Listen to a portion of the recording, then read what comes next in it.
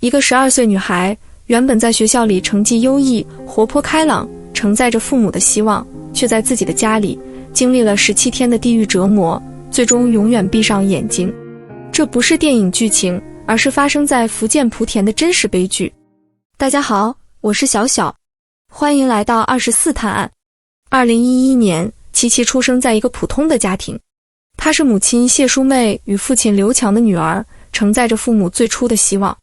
然而，这份幸福并未持续太久。琪琪的生母回忆，2017年，她与刘强因感情破裂离婚，6岁的琪琪被伴随父亲刘强生活。离婚后，琪琪的生母多次试图通过社交媒体联系刘强，希望能探望女儿，甚至争取回抚养权，但刘强总是以孩子不想见你，不要打扰我们的生活为由，百般阻挠。琪琪的生母甚至不知道刘强将女儿带到了哪里，母女之间的联系几乎完全中断。2017年，刘强与来自福建的女子许银花再婚，琪琪的生活从此发生了翻天覆地的变化。许银花带来了3个没有血缘关系的孩子，小晶、小许和小朱。据法院调查，这3个孩子分别于2010年、2011年和2016年被许银花与前2任丈夫收买，家庭结构异常复杂。琪琪作为家中唯一的亲生子女，却并未因此受到更多的关爱，反而成为了继母许银花虐待的主要对象。琪琪的生母回忆，女儿是一个活泼开朗的女孩，喜欢画画和唱歌。然而，离婚后，她再也没有机会了解女儿的生活点滴。直到2024年，她接到法院的通知，才得知女儿早已在2023年12月22日因继母的虐待而离世。这份迟来的噩耗让她悲痛欲绝。案件的起点可以追溯到2020年。从这一年开始，许银花开始对家中4名未成年人小晶、小许、小朱和琪琪实施长期的虐待。她不仅对孩子们拳打脚踢、辱骂羞辱，还逼迫他们互相殴打，形成了一种扭曲的管教方式。据检方指控，许银花甚至通过网络搜索虐待和伤害孩子的方法，将这些手段应用于孩子们身上。法医学鉴定显示，小晶和小许的身上有多处轻微伤，而琪琪的身上则布满了前额、鼻根、胸部等10数个部位的陈旧性损伤痕迹，显示她长期遭受暴力。2023年12月5日，琪琪的生活陷入了一场更加残酷的噩耗。许银花将12岁的琪琪手脚捆绑，关进了家中狭小的卫生间。这一关就是17天。在这17天里，琪琪被剥夺了自由，遭受了难以想象的折磨。许银花对琪琪实施了多种伤害行为，包括殴打、辱骂、限制饮食，甚至强迫她服用大量泻药。据检方调查，许银花通过丈夫刘强网购了约1600片泻药，这些药物被用来进一步摧残琪琪的身体，导致她营养不良，身体极度虚弱。卫生间内，琪琪被绑住手脚，长时间暴露在寒冷和饥饿中。许银花还多次通过微信将琪琪被虐待的照片发送给刘强，炫耀自己的管教成果。令人痛心的是，刘强不仅没有制止，反而表示支持和默认，甚至没有回家解救女儿。琪琪的处境无人问津，家中其他孩子小晶、小许和小朱虽然目睹了琪琪的痛苦，但迫于许银花的威压，只能默默忍受。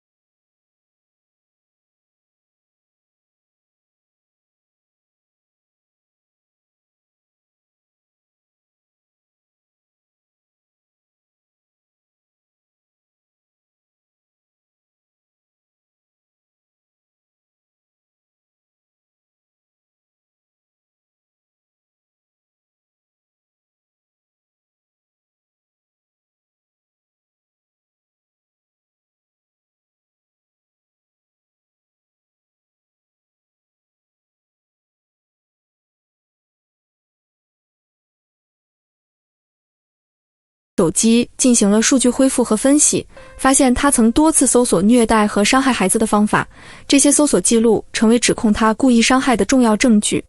此外，警方还提取了许银花与刘强的微信聊天记录，证实许银花曾将琪琪被虐待的照片发送给刘强，而刘强的回应显示他对虐待行为持默许态度。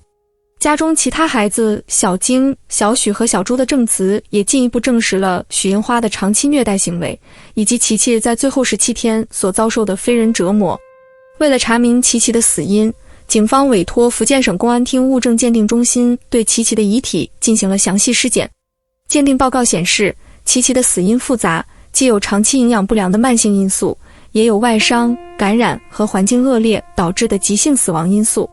尸检还发现，琪琪身上的陈旧性伤痕多达10数处，表明她在过去数年中持续遭受暴力。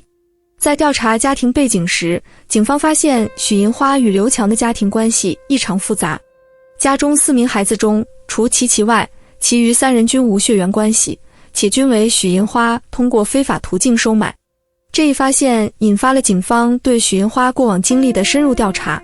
结果显示，许银花曾与2任丈夫有过类似的行为模式，长期对监护的未成年人实施虐待。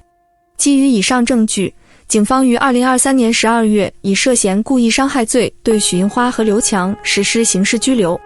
2024年9月27日，莆田市人民检察院正式向莆田市中级人民法院提起公诉，指控许银花犯虐待罪、故意伤害罪和故意杀人罪，指控刘强犯虐待罪和故意伤害罪。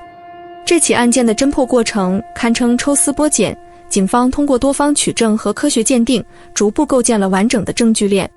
首先，现场勘查和尸检报告为琪琪的死因提供了科学依据，排除了意外死亡的可能性。其次，许银花手机中的搜索记录和微信聊天记录直接证明了她对虐待行为的预谋和故意。家中其他孩子的证词和监控视频片段还原了虐待的长期性和残忍性。特别值得一提的是，警方在调查中发现许银花试图销毁证据的行为。她在琪琪死亡后清洗卫生间、删除客厅监控，显示出明显的犯罪后掩饰意图。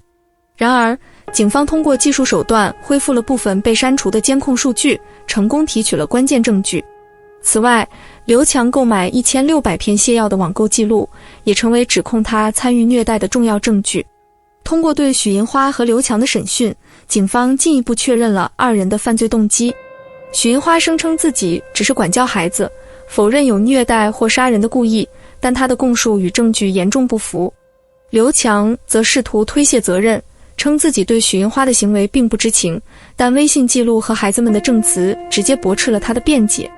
最终，警方在不到1年的时间内，完成了从现场勘查到证据固定的全过程，为检方提起公诉提供了坚实的基础。2024年年底，莆田市中级人民法院公开开庭审理此案。庭审中，检方出示了大量证据，包括许银花的手机数据、监控视频、尸检报告以及孩子们的证词。许银花和刘强的辩护人均试图为其开脱，但法院综合评判后驳回了他们的辩解。法院认定许银花的行为构成了虐待罪和故意杀人罪，其犯罪手段极其残忍，后果特别严重，尤其是指使未成年人实施暴力，情节恶劣，依法应予严惩。最终，许银花被判处死刑，刘强因犯虐待罪和故意伤害罪被判处有期徒刑5年6个月。琪琪的生母对判决结果既有欣慰也有遗憾。他认为许银花的死刑判决是对女儿冤魂的告慰，但刘强的5年半刑期过轻，未能体现其作为父亲失职的严重后果。他表示将提起上诉，要求对刘强加重处罚。刘强则表示不服判决，也将上诉。这起案件令人痛心，它不仅是一个12岁女孩的悲剧，也是家庭暴力与监护失职的极端缩影。许银花的残忍行径固然令人发指，但刘强作为生父的冷漠与纵容同样不可原谅。家庭本应是孩子最温暖的港湾，但在这个家庭中，琪琪却经历了地狱般的折磨。从法律角度看，法院对许银花的死刑判决体现了罪刑相适应的原则，彰显了司法对恶性犯罪的零容忍态度。然而，刘强的量刑引发了一些争议。作为监护人，他的失职直接导致了悲剧的发生，5年半的刑期是否足以震慑类似行为，值得进一步探讨。从社会层面看，这起案件敲响了家庭暴力的警钟。如何加强对未成年人的保护，如何及时发现和干预家庭暴力，是全社会需要共同面对的课题。琪琪的生母因信息隔绝而无法及时介入，也暴露出离婚家庭中抚养权监督的漏洞。琪琪的故事是一场无法挽回的悲剧，她的离去让我们痛心，也让我们警醒。希望这样的悲剧不再重演，希望每一个孩子都能在爱与温暖中成长。感谢大家的收看，我们下期再见。